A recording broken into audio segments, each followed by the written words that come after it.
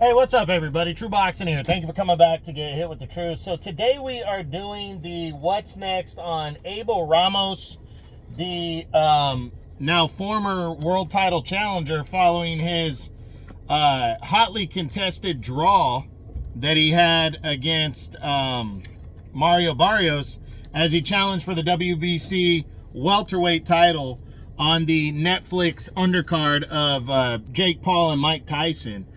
These guys actually stole the show with their draw. Now, before we get into that, if you could smash the like button, leave a comment, or subscribe to the channel, I really do appreciate any and all support that I can get as I continue to build my channel here.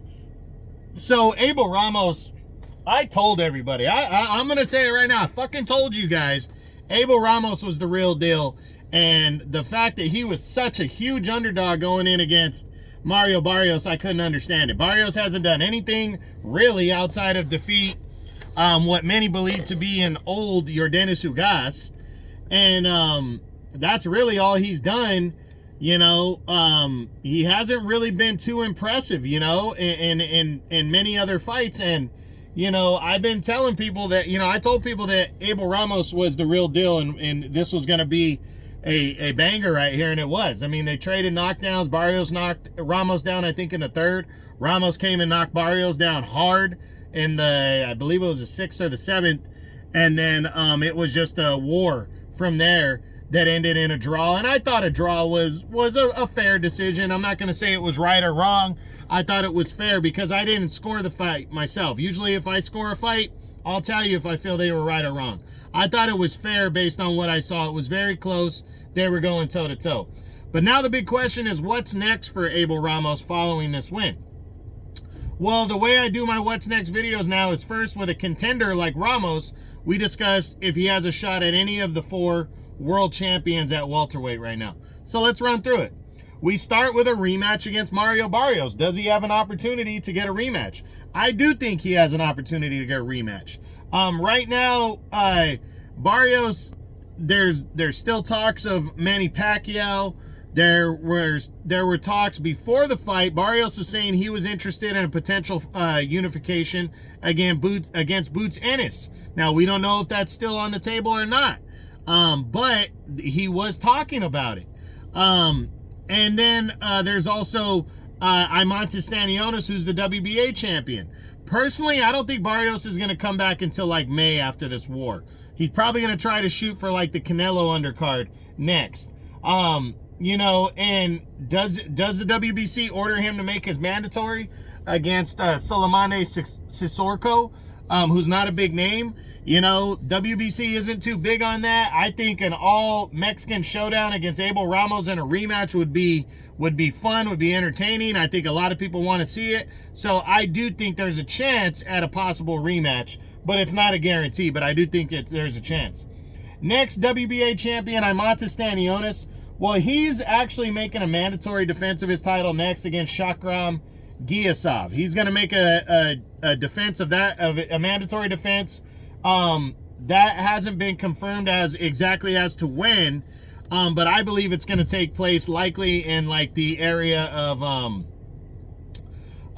February, March. I think he'll likely get on either the Benavidez Morel undercard or the Tank Davis Lamont Roach undercard.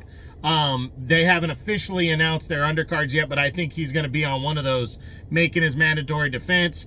I think timeline-wise, even though they're both PBC guys, I don't think Ramos will want to wait around. He'll want to strike while the iron's hot for like a summer showdown. But if he comes back and kind of stays busy in the next few months and then decides he wants to come back in the summer, he might do that. Abel Ramos is a veteran. So he might, after a war like that with Barrios, he might say, fuck it, I'll take 7 or 8 months off as long as Stanionis will fight me in the summer. But we'll see. But I do believe there's a slight chance of this one happening. It's just, again, timeline-wise, it might not make sense. Then there's Boots Ennis, and that one's up in the air because there was a lot of talk about Boots Ennis moving to 154 and fighting Virgil Ortiz. There's still talk that Boots could move up to 154, but nothing has happened. It has been for sure. We know Boots and Virgil Ortiz are not happening now, that fight's not going to take place. So will Boots stay at 147? We know he wants to unify at 147, but will he get the opportunity to unify at 147? Will Barrios want to fight him? Will Stanionis want to fight him? Will Brian Norman want to fight him? That's up in the air. Will he want to take on a guy like Abel Ramos? You know, is a victory, if he can knock out a veteran like Abel Ramos or defeat him decisively, is anybody going to care? I don't know. Do I think it's an attractive fight? Yeah. But if Boots truly wants to stay here and can't get anything else, and the PBC and DAZN can work out a fight, yeah, I think it makes sense. But Abel Ramos is not ranked in the IBF. And I do think Boots wants to unify belt. So I'm going to lean towards the no, but it is possible. And then you got Brian Norman Jr., the WBO champion. I don't see this one. The top rank would have to work with the PBC to make a fight that I don't think a lot of people would be interested in seeing. Maybe they would. Ramos kind of, you know, he's that all-Mexican fighter. Brian Norman already took on Giovanni Santillan. Maybe a fight like this. But I honestly don't think so. I think they're going to load up for something else. In the WBO, you know, maybe a mandatory defense for Norman. We know he's facing Derek Cuevas likely next in that fight that got postponed. I just don't see it. I see a big attraction here, but you never know. So in terms of the champions, I think Mario Barrios, a rematch with him is more likely, and then I'm on to Stanionis, then Boots Ennis, and then last would be Brian Norman, which I really don't think those last two are gonna happen. Stanionis, I'm less than likely, but could, because they're both same promoter. But the Barrios rematch, I think that's about a 50-50 chance that could happen next. Now, any other contenders, it just depends. I mean, you got to look at the promotion, and I mean, Cody Crowley in a rematch, if those two guys, because their first fight was hotly contested last year, it was a very good fight. Majority decision win for Crowley. Maybe the two lock up again in like some kind of an eliminator to get in line for a world title, since Crowley had to pull out of his mandatory shot against Boots Ennis anyways. Maybe these two guys can figure it out and get themselves into some kind of an eliminator.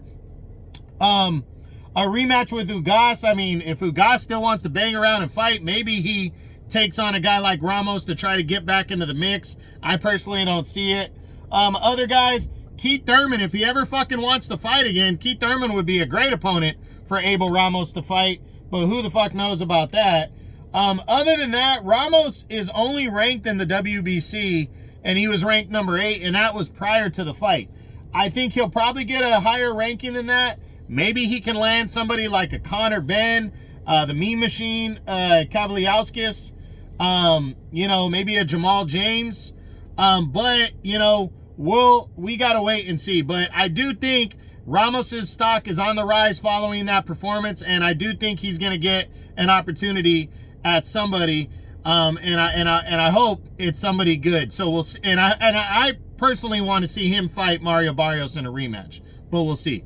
So that's it. That's what I got. That's my what's next on former world title challenger Abel Ramos following his draw in a great fight against Mario Barrios as he challenged for the WBC Welterweight Championship of the World at 147 pounds. I hope you enjoyed the video. If you did, smash the like button, leave a comment, or subscribe to the channel. I appreciate any and all support. This is True Boxing, and you've been hit with the truth.